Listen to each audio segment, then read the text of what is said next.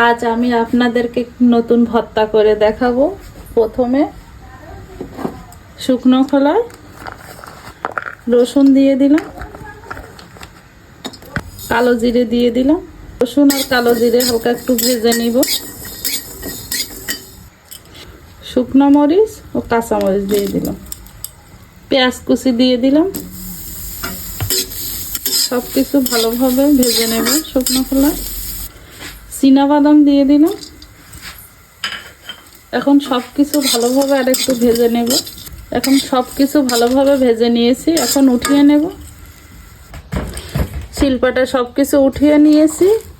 এখন ধনিয়া পাতা দিয়ে দিলাম, লবণ দিয়ে দিলাম। এখন সব কিছু বেটে নেব। আর কি দিয়েছি বলো তো? সবটুকু এইভাবে বেটে নেব। সবটুকু বেটে নিয়েছি। এই যে কড়াইয়ে সরিষার তেল দিয়ে দিলাম, শুকনো মরিচ, কালো জিরা দিয়ে দিলাম। দাও।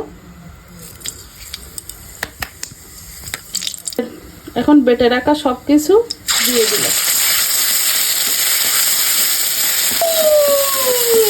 এই ভর্তাটা খেতে গরম ভাতের সাথে এত মজা,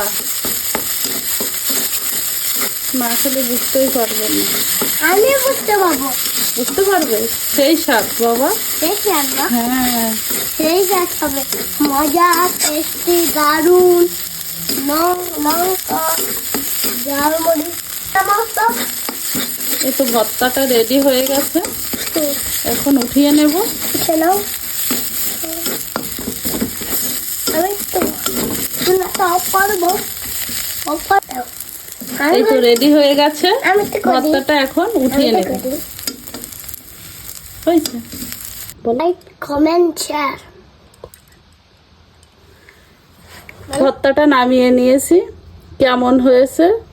শীতের সময় গরম ভাতের সঙ্গে সেই মজা এই ভর্তা। অবশ্যই বাসায় একবার তৈরি করে আপনারা খাবেন। আর আমার এই ভিডিওটা যদি ভালো লাগে তাহলে শেয়ার করে দেবেন।